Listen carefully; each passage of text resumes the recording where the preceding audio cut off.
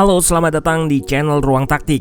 Di video kali ini kita akan membahas wonderkid asal Belgia, Charles de Ketelaere.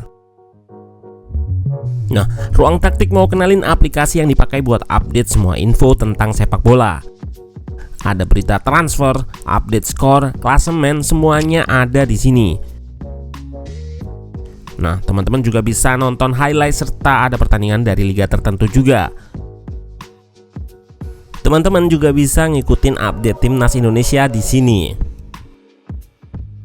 Download secara gratis dan legal aplikasi OneFootball.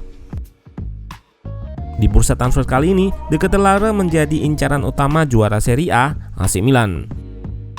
Selain Milan, Leeds dikabarkan juga tertarik dengan jasa pemain berusia 21 tahun ini. Namun Maldini dan Massara sudah bergerak cepat untuk mendapatkan kesepakatan personal dengannya. Nah, apa yang membuat AC Milan menjadikan de Ketelaere sebagai buruan utamanya untuk menambah kekuatan di lini depan? Nah, kita akan bahas kelebihan-kelebihannya dan bagaimana ia bisa bermain di tim asuhan Stefano Pioli. Let's go, kita bahas sama-sama.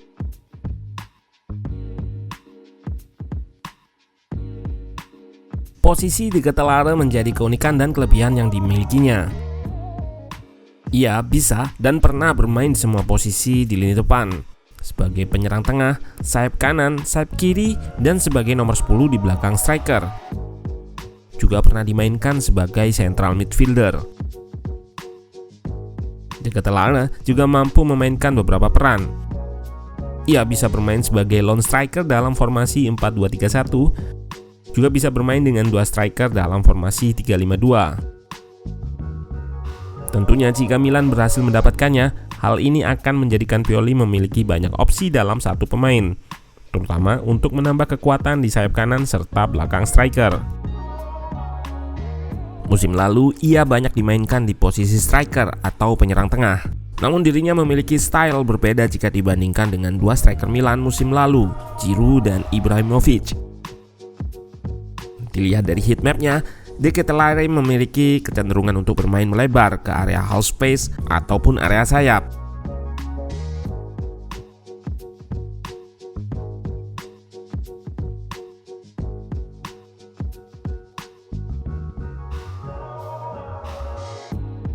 Berbeda dengan Giroud dan Ibra yang lebih sering berada di area tengah. Tipikal seperti mereka, pergerakannya cenderung direct ke gawang. Sedangkan de Ketelaere bisa bergerak segala arah dan ruang yang ditinggalkannya bisa diokupansi oleh pemain lain. Style of play de Ketelaere ini bisa menjadi warna baru di sektor penyerangan Milan.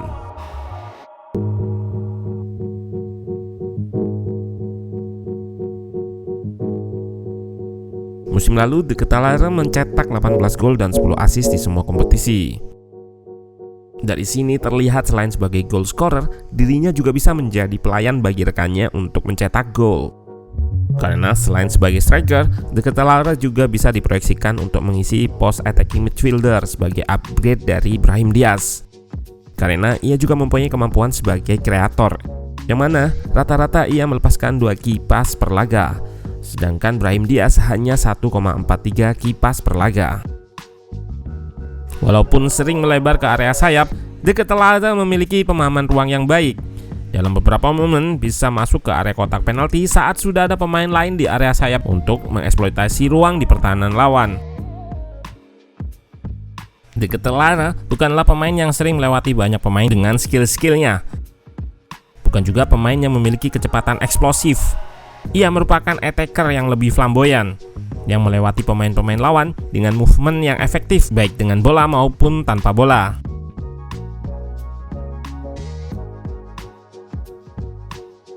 Di sini terlihat ia mampu mengeliminasi lawan dengan memanfaatkan ruang dan movement yang efektif.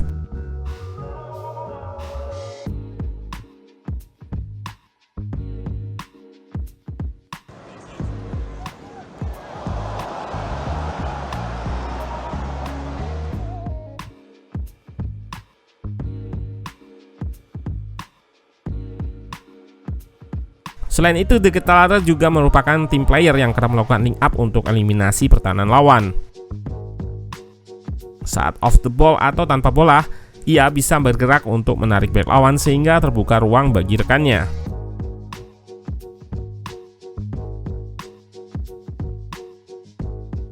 Pemain berkaki kidal ini kerap memosisikan dirinya di area half space.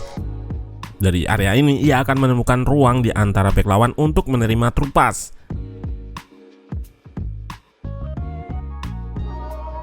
Dan dia sering membawa bola sampai mendekati touchline sebelum akhirnya akan memberikan cutback di area kotak penalti. De Ketelaere punya decision yang baik ketika di press lawan. Pemain bernomor punggung 90 ini juga kerap memperoleh peluang dari set piece. Hal ini dikarenakan pergerakannya. Ia akan merubah arah larinya saat set piece dilakukan sehingga dirinya bisa lepas dari pemain yang menjaganya. Dalam aspek defense, De Ketelaere mempunyai tendensi untuk melakukan pressing ke depan saat ada trigger maupun pressing ke belakang atau track back. Per FPref, catatan pressing per laganya cukup tinggi. Rata-rata De Ketelaere melakukan 22,14 per laga. Hal ini ditunjang oleh skema high press yang diterapkan oleh klubnya. Catatan ini sangat cocok dengan Milan yang juga menerapkan high press.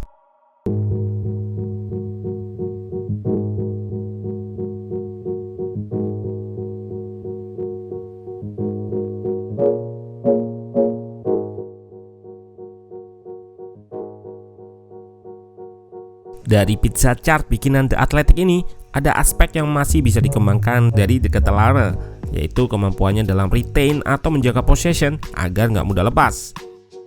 Skor ini memang kurang cocok untuk tim yang mengandalkan possession. Di samping itu, shot volume atau kuantitas shotnya juga sedikit jika dibandingkan pemain lain di posisi yang sama. Hal ini lantaran kecenderungannya untuk keluar dari posisinya atau melebar ke sayap, sehingga cukup sulit untuk mencari ruang tembak lantaran terlalu jauh dari gawang. Jika klub barunya nanti bisa mempersempit dalam arti membuatnya gak banyak roaming dengan melakukan support, maka aspek kreativitas dan cetak gol akan bisa optimal jika dipasang sebagai striker atau di belakangnya. Salah satu kekurangan minor lainnya yang ada pada De Ketelaere adalah kemampuannya dalam duel udara, di mana persentase aerial wins-nya hanya 38,1%. Hadirnya De Ketelaere akan menjadi improvement di klub yang akan dibelanya nanti.